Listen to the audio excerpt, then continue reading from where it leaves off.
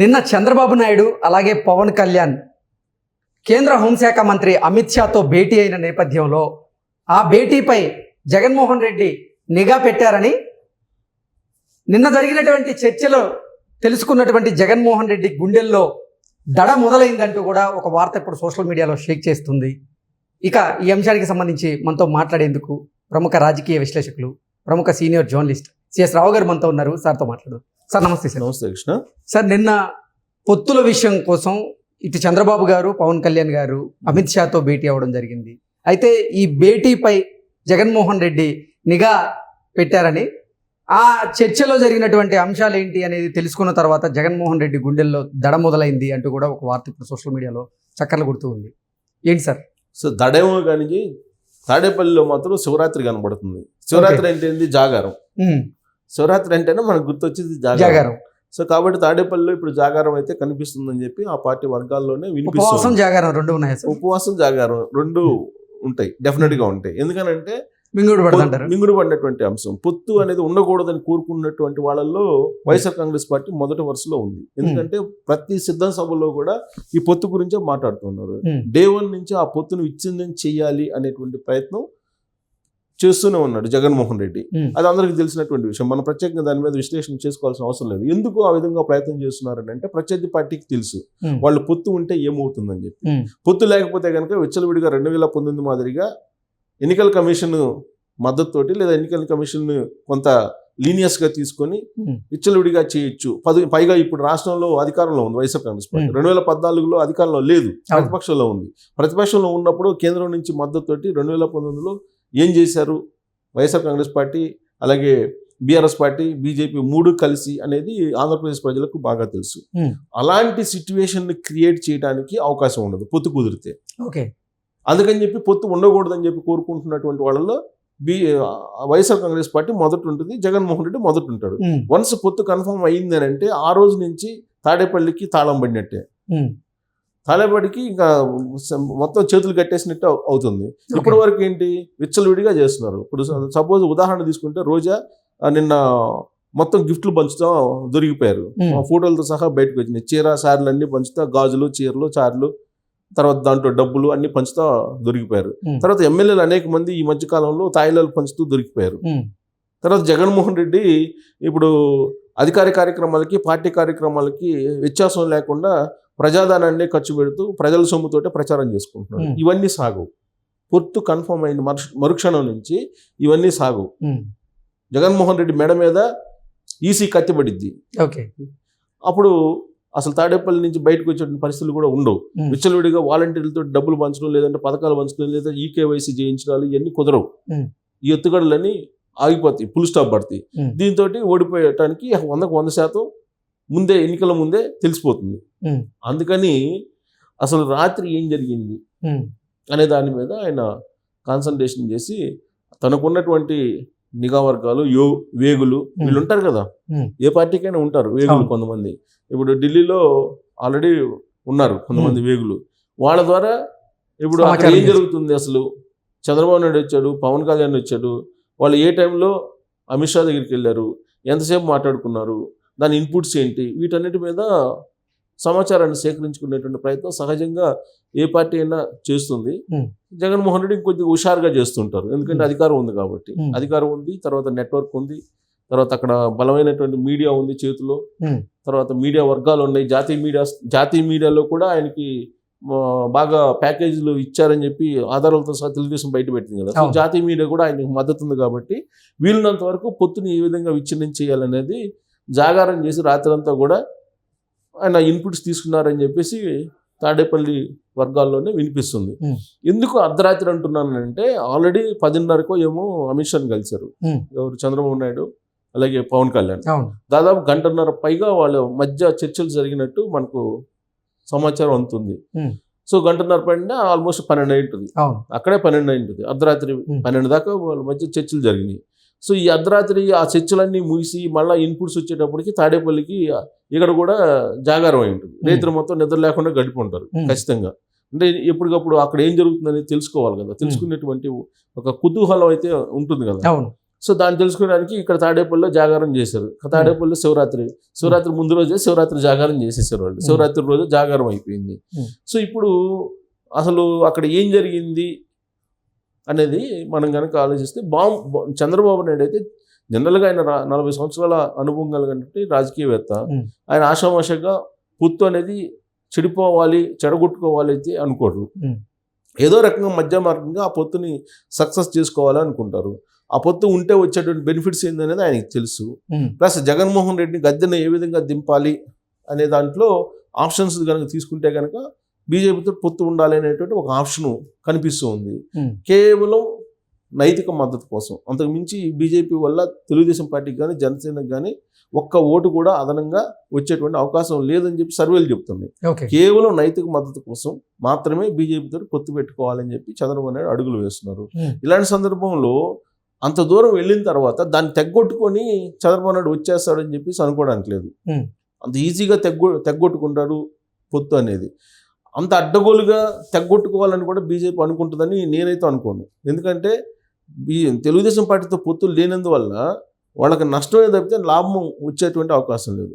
అంటే జగన్మోహన్ రెడ్డికి ఒకవేళ పాజిటివ్ సంకేతాలు కనుక ఉంటే ఏదన్నా అంటే ఆయనకి ఏదన్నా ఒక 10, 8 వస్తాయి అని చెప్పి సర్వేలు కనుక చెప్తూ ఉంటే తెలుగుదేశం పార్టీని వదులుకునేటువంటి అవకాశం ఉంది బీజేపీ.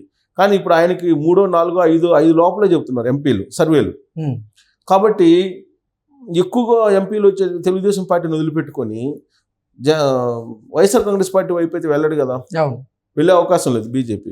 కాబట్టి ఇదంతా ప్యూర్గా ఏంటంటే రాష్ట్రంలో ఉండేటువంటి రాజకీయ పరిస్థితులు, పబ్లిక్ యొక్క మూడు, వీటన్నిటిని బేరీజ్ వేసుకున్న తర్వాతనే ఈ బార్గెన్స్ జరుగుతుంది.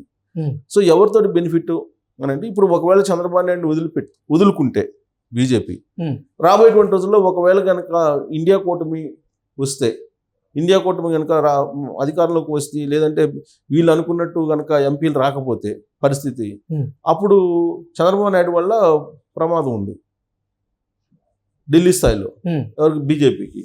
కాబట్టి చంద్రబాబు నాయుడు అంత ఈజీగా బీజేపీ వదులుకోదు, అలాగే చంద్రబాబు నాయుడు కూడా బీజేపీని వదులుకోదు. ఈ విషయం జగన్మోహన్ రెడ్డికి తెలుసు. అయినప్పటికీ కూడా బీజేపీని దూరంగా పెట్టాలి. ఒకవేళ పోతే తెలుగుదేశం పార్టీ జనసేన కలిసి వెళ్ళినా కానీ ఇబ్బంది లేదు. బీజేపీని కనుక పొత్తులో లేకుండా చేస్తే ఢిల్లీ నుంచి సపోర్టు తనకుంటుంది. తనకు లేకపోయినా అట్లీస్ట్ సహకారం లేకపోయినా కానీ తటస్థంగా వ్యవహరిస్తుంది ఢిల్లీలో ఉండేటువంటి గవర్నమెంట్, లేదా ఈసీ కూడా తటస్థంగా వ్యవహరిస్తుంది అనేటువంటి ఆలోచన జగన్మోహన్ రెడ్డికి ఉంటుంది, ఆందోళన కూడా ఉంది. అటు కాకుండా బీజేపీ అలయన్స్ కూటమి అయిన మరుక్షణం నుంచి ఈయన తాడేపల్లికి మామూలుగా తాట రేగే అవకాశం ఉంది. అందుకని భయపడుతూ ఉన్నారు, ఆందోళన చెందుతున్నారు జగన్మోహన్ రెడ్డి. అందుకే ప్రతి క్షణం కూడా అక్కడ నిఘా ద్వారా అక్కడ ఏం జరుగుతుంది అనే దాని మీద సమాచారం రాబట్టి వీలుంటే వాళ్ళిద్దరి మధ్య ఏదైనా గ్యాప్ వస్తే ఆ గ్యాప్ను మరింత పెంచేటువంటి ప్రయత్నం చేయడానికి అర్ధరాత్రి వేళ ఆయన నిఘా వర్గాల ద్వారా సమాచారాన్ని ఎప్పటికప్పుడు సేకరించుకుంటున్నారు, వేగుల సమాచారాన్ని.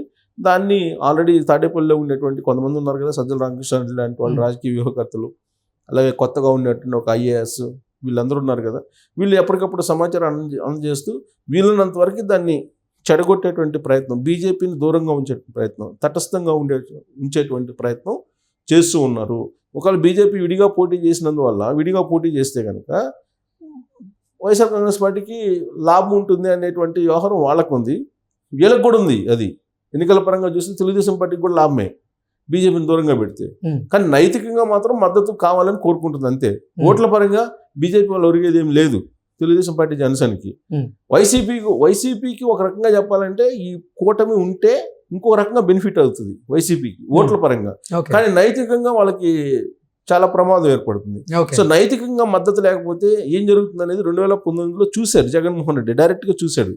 కాబట్టి ప్రజల ఓటర్ల మద్దతు కన్నా కూడా నైతిక మద్దతు అవసరం కేంద్ర ప్రభుత్వం అనే కాన్సెప్ట్లో జగన్మోహన్ రెడ్డి, చంద్రబాబు నాయుడు ఇద్దరు కూడా ఉన్నారు.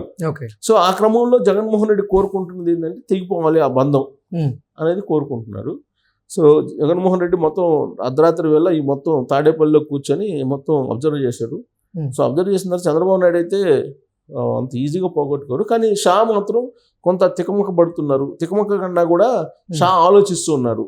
అంటే వీళ్ళంత వరకు ఒకటి రెండు ఎక్కువ తీసుకుందాము అనేటువంటి కాన్సెప్ట్లో చంద్రబాబు నాయుడు ఏమంటున్నారు, మీరు తీసుకొని కూడా ఉపయోగం లేదు, ఇప్పుడు కొన్ని స్థానాలు ఉన్నాయి, లేదా కొంతమంది అభ్యర్థులు ఉన్నారు, వాళ్ళకి సీట్ ఇచ్చి టికెట్ ఇచ్చినా కానీ అక్కడ తెలుగుదేశం పార్టీ జనసేన కోఆపరేట్ చేయదు, ఒకవేళ పార్టీ పరంగా కోఆపరేట్ చేయనా ఓటర్లు కోఆపరేట్ చేయరు.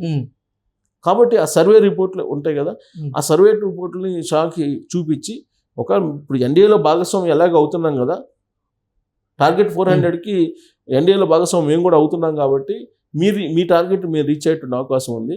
ఇంకా 370 అనే దానికి మీరు ఉత్తర భారతదేశంలో లేదా దక్షిణ భారతదేశంలో మీరు వేరే రాష్ట్రాలు కావాలంటే తెలంగాణ లాంటి చోట, తమిళనాడు లాంటి చోట్ల సపోర్ట్ చేస్తామని చెప్పి చంద్రబాబు నాయుడు అమిత్ షాకి వివరించినట్టు తెలుస్తుంది.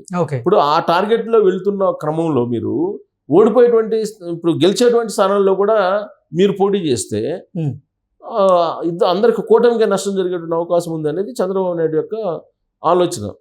అదే ఆయన చెప్పారని చెప్పి తెలుస్తుంది. ఏం చెప్పారు, ఇప్పుడు సపోజ్ వైజాగ్ ఉంది, వైజాగ్ మాకు కావాలి అని చెప్పి అడుగుతుంది బీజేపీ. ఇప్పుడు వైజాగ్ ఆల్రెడీ తెలుగుదేశం పార్టీ గెలిచేటువంటి సీట్ అది. అటు కాకుండా బీజేపీకి ఇస్తే అక్కడ బీజేపీకి తెలుగుదేశం పార్టీ ఓటర్లు వేసే అవకాశం లేదు. అప్పుడు గెలిచాడు అటు తెలుగుదేశం లేకుండా ఇటు బీజేపీ లేకుండా పోతుంది.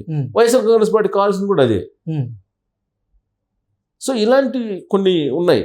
ఇప్పుడు కొన్ని నర్సాపురం ఉంది, నర్సాపురం తెలుగుదేశం లేకపోతే బీజేపీ ఎవరు ఏ పార్టీ పోసినా గెలిచిద్ది అక్కడ. విషయం ఏంటంటే నర్సాపురంలో పార్టీ ఏదైనా కానీ పోటీ చేసేది మాత్రం రఘురామకృష్ణరాజు. అలాంటి చోట కాంప్రమైజ్ అవుతారు. కానీ కొన్ని కాంప్రమైజ్ కాలేనటువంటి ఉన్నాయి. విజయవాడ ఉంది, విజయవాడ పక్కా తెలుగుదేశం పార్టీ సీట్ అది, అక్కడ కూడా బీజేపీ కావాలన్నప్పుడు ఇవ్వలేరు. ఒకవేళ బీజేపీ పోటీ చేస్తే వైఎస్ఆర్ కాంగ్రెస్ పార్టీ అడ్వాంటేజ్ అయ్యేటువంటి అవకాశం. సో ఇలాంటి చర్చలు అమిత్ షా చంద్రబాబు మధ్య జరిగాయి అని చెప్పి తెలుస్తుంది. కొంచెం ఆ ఎక్స్ప్లెనేషన్ ఇచ్చిన తర్వాత కొంచెం తికమక పడుతున్నాడు అమిత్ షా అనేది ఒకటి వినిపిస్తుంది.